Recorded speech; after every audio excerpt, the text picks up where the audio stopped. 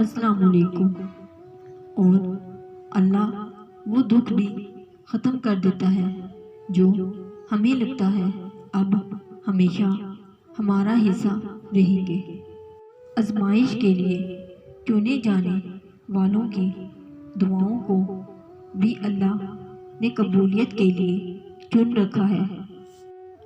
بس یقین رکھو اللہ پہ، وہ تمہیں ویران کنویں سے نکال کر ساری سلطنت کا بادشاہ بنا سکتا ہے، اور تمہارے چاہنے سے کچھ نہیں ہوتا جب تک اللہ نہیں چاہے۔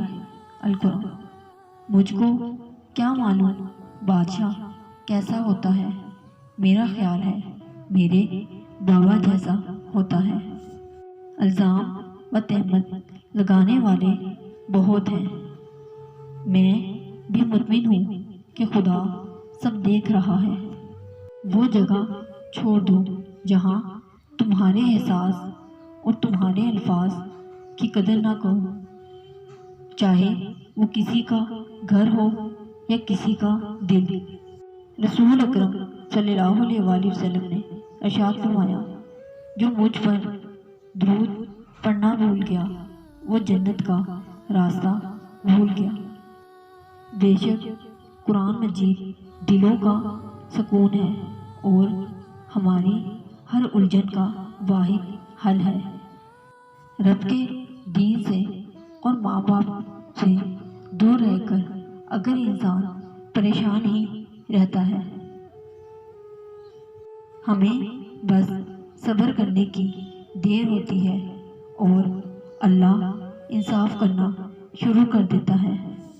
اللہ تعالیٰ جب کسی شخص کی بربادی چاہتا ہے تو اس کے سوچنے اور سمجھنے کی صلاحیت کو ختم کر دیتا ہے۔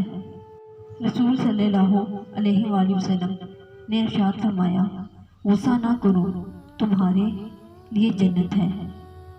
اللہ تمہاری ہر ایک فریاد سے واقف ہے جو تم اپنی دعاؤں میں مانگا کرتے ہو۔